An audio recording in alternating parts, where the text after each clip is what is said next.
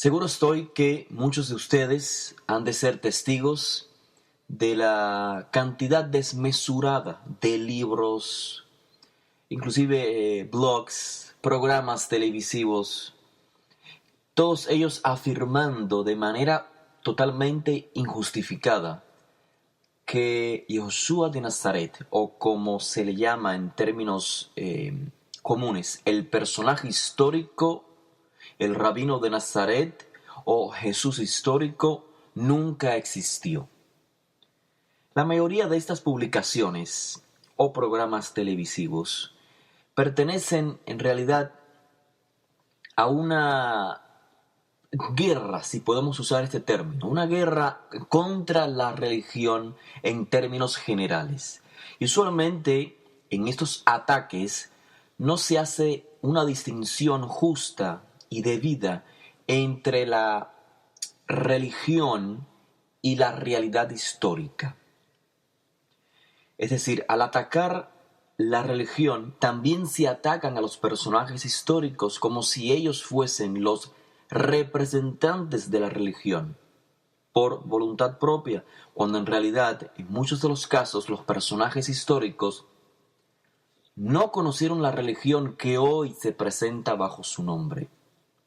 Sin embargo, los eruditos e historiadores bíblicos que han investigado el tema del Jesús histórico en detalle, hoy en día están prácticamente en unanimidad, independientemente de sus perspectivas teológicas o ideológicas. El personaje histórico, según ellos, sí existió. Y por supuesto, esto lo afirman basados no en la literatura producida por discípulos antiguos de Yahushua o literatura cristiana, sino basados en fuentes judías, griegas y romanas, que en muchos casos nada tienen que ver con los discípulos antiguos de Yahushua. Y toda esta literatura, por supuesto, ajena a los escritos de los primeros discípulos, provienen de los primeros siglos de la era común, y es sobre estas bases que, como dije, eruditos e historiadores bíblicos llegan a la conclusión, después de largos años de estudio e investigación, que el personaje histórico sí existió. Por supuesto, desde mi punto de vista, es históricamente perjudicial excluir automáticamente toda evidencia del personaje histórico simplemente porque la evidencia provenga de un seguidor suyo, como si todo seguidor de Yahushua no pudiera informar con exactitud acerca de su vida, sus enseñanzas y demás. O sea, sería lo mismo que suponer que toda la evidencia sobre Yahushua que no provenga de sus discípulos es la información real. En nuestro caso, no vamos a indagar más de lo dicho en esta temática respecto al personaje histórico, pues creo que sería innecesario en este programa. Todos sabemos que Yahushua de Nazaret es un judío que vivió en Israel durante el primer tercio del primer siglo. Nació dentro de una familia descendiente del rey David. Su vida pública comenzó al lado de un hombre llamado Yohanan. A grandes multitudes, especialmente de entre su pueblo cercano en Galilea, grandes multitudes le siguieron debido no solamente a su enseñanza, sino a sus acciones. Y tuvo un grupo de seguidores particularmente cercanos, a los cuales llamaba Talmidim, discípulos, alumnos, y entre ellos un grupo en particular llamado los 12. Entró en conflicto con las autoridades religiosas judías dentro de dentro de su contexto en aquella época en la que el gobierno romano manipulaba las masas y obviamente las autoridades judías sacerdotales dominadas por el movimiento saduceo, pues tenía asociaciones, tenía conveniencias con el gobierno romano. Así que muchas de sus enseñanzas trajeron controversias. A veces fue catalogado de herético o blasfemo, por lo que estamos conscientes de que fue crucificado como rey de los judíos desde el punto de vista romano. Y esto fue durante el tiempo en que gobernó en Israel o Judea Poncio Pilato. Lo que también es conocido por todos y es el mensaje que se encuentra en todos los escritos sobre Yeshua de Nazaret y otros escritos que no fueron registrados por sus discípulos, es que muchos de sus seguidores dentro y fuera de Israel creían que él era el Mesías, esto es, el líder por designio divino para el pueblo de Israel. Sin lugar a dudas, en la historia de la humanidad, Yeshua de Nazaret ha sido la persona más influyente que haya caminado en esta tierra. No porque Yeshua tuviese muchas riquezas, no porque liberó batallas con gran ejército, sino que todo parece indicar que una mano poderosa ha hecho que hasta el día de hoy millones de personas en todo el mundo afirmen ser seguidores de este distinguido personaje.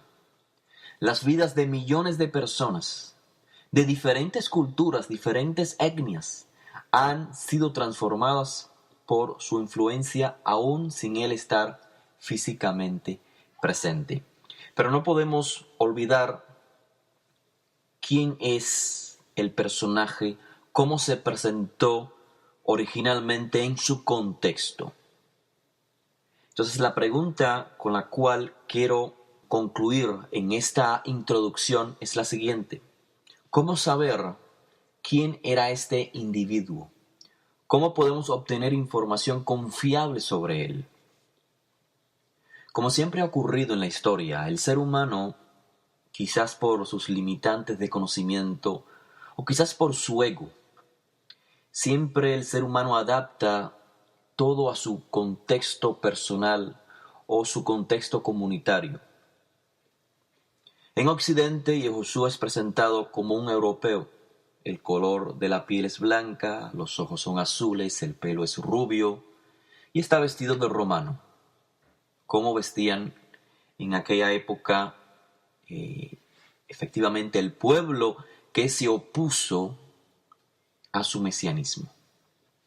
En la actualidad, al menos en Norteamérica, hay algunos grupos de personas de color de piel morena que inclusive plantean que Yeshua era moreno de piel. Y por supuesto, no todo eso se queda en el color de la piel, no todo eso se queda de forma estética, sino que todas estas imágenes sobre el personaje histórico tienen implicaciones de conducta y forma de ser. Cada quien quiere acoger a este personaje histórico. Ha sucedido también en contextos revolucionarios, en contextos religiosos. Hay quienes inclusive lo perciben como al estilo hippie, otros como Dios encarnado, otros como un buen rabino, otros como un profeta apocalíptico y otros como el Mesías. Debido a que estas representaciones se contradicen entre sí en varios puntos, no todas pueden ser verídicas.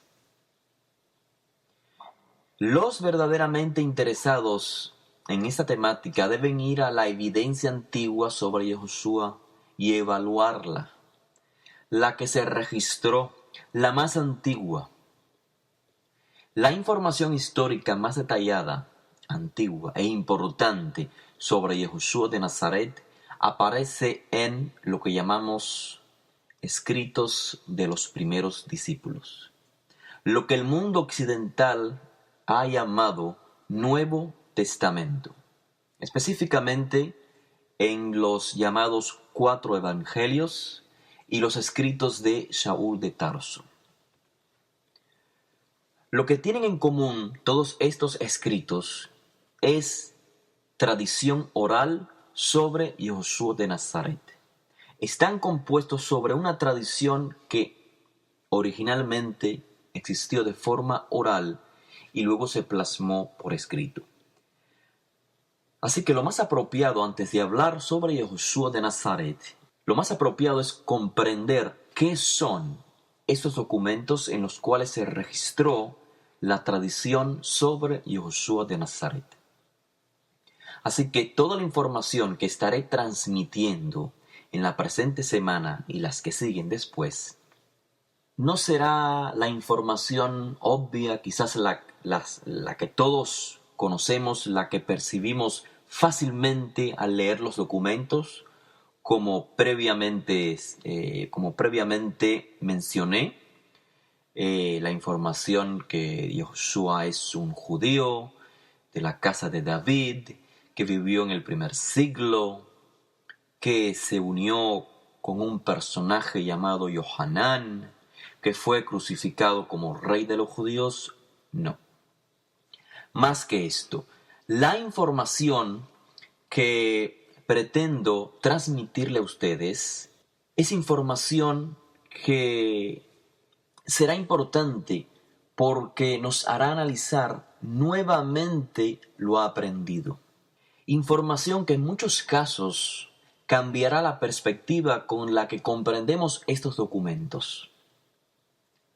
Ahora bien, los temas con los que iniciamos tienen como objetivo poner de manifiesto información extremadamente importante que repercutirá en nuestra manera de comprender al personaje histórico, a Yahushua de Nazaret, a sus primeros discípulos y obviamente al movimiento que él representó. Información con grandes implicaciones para el modo en que concebimos la tradición sobre Yahushua. Integrando esta información a nuestro saber, nos permitirá adentrarnos en esta temática desde un enfoque diferente, muy diferente al que se suele proyectar en círculos religiosos e inclusive universitarios. ¿Qué es lo que hace diferente esta información?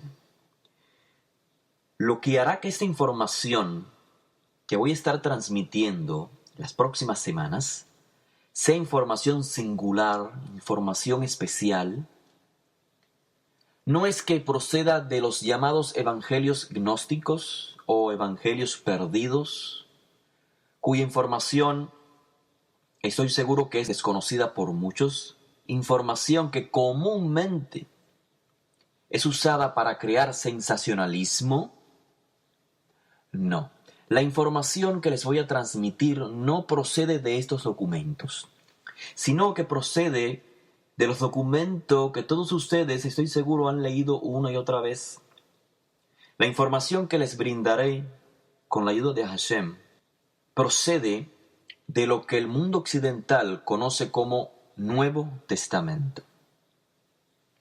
Pero es una información que hoy se pudiera definir como información secreta, entre comillas. No porque los autores tuvieron la intención de esconderla del lector, sino que el lector moderno, desconectado de un contexto histórico, está expuesto a varios factores que lo privan de poder comprender dicha información apropiadamente. Para el lector moderno, el lector común, la información o cierta información en estos escritos pasa desapercibida.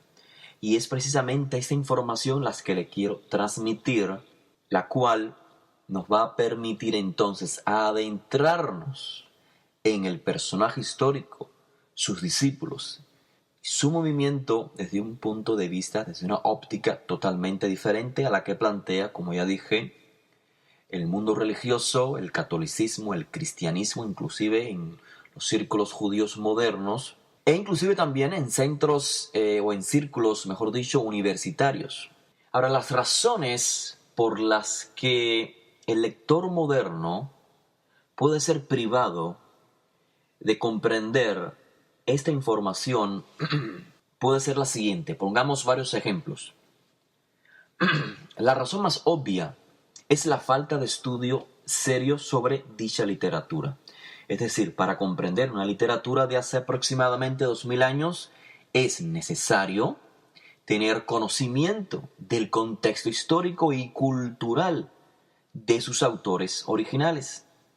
De lo contrario, no solo el lector no comprenderá cabalmente el texto, sino que a la hora de transmitir el mensaje a otros, transmitirá algo totalmente desconocido por el autor del texto. Y algo así es lo que ha sucedido y continúa sucediendo en muchos círculos religiosos, tanto cristianos como judíos. Otra razón por la que el lector moderno puede privarse de comprender la información completa y detallada en dichos escritos es el hebraísmo. Hebraísmo se le llama al modismo del idioma hebreo. Hebraísmo puede ser una palabra o una expresión idiomática cuyo significado no puede deducirse simplemente de las palabras que la componen o de una comprensión literal de la palabra o de la expresión, y mucho menos de una traducción literal, porque esta no ayuda al lector a comprender el hebraísmo. A menos que el lector conozca los modismos del idioma hebreo, del idioma hebreo antiguo, entonces la traducción literal puede ayudar. Y esta ayuda la encontramos, de hecho, en los escritos más antiguos que están en idioma griego. Son traducciones literales, bastante literales, de los textos originales en hebreo, y no por ello es que nos permite comprender que detrás del griego se encuentra el hebreo, debido a la cantidad de hebraísmos que se encuentran en el texto griego. Consecuentemente, la persona que no domina el hebreo le resultará difícil comprender el dicho, o la expresión, o el mensaje en general, o simplemente comprenderá la palabra o la expresión, pero en un sentido equivocado. Ciertamente hay hebraísmos muy fáciles de comprender. El ejemplo que siempre comparto es el uso del término ben o bar, hijo, en español. Además de significar literalmente el término hebreo ben o bar en arameo, además de significar hijo en sentido literal, también es usado como un hebraísmo en un sentido no ordinario. Este hebraísmo es muy fácil de comprender. Tiene como fin expresar el carácter o la cualidad de alguien. Por ejemplo, hijo de la luz, hijo de la perdición. Pero hay otros hebraísmos, hay otras expresiones idiomáticas que no son tan fáciles de comprender.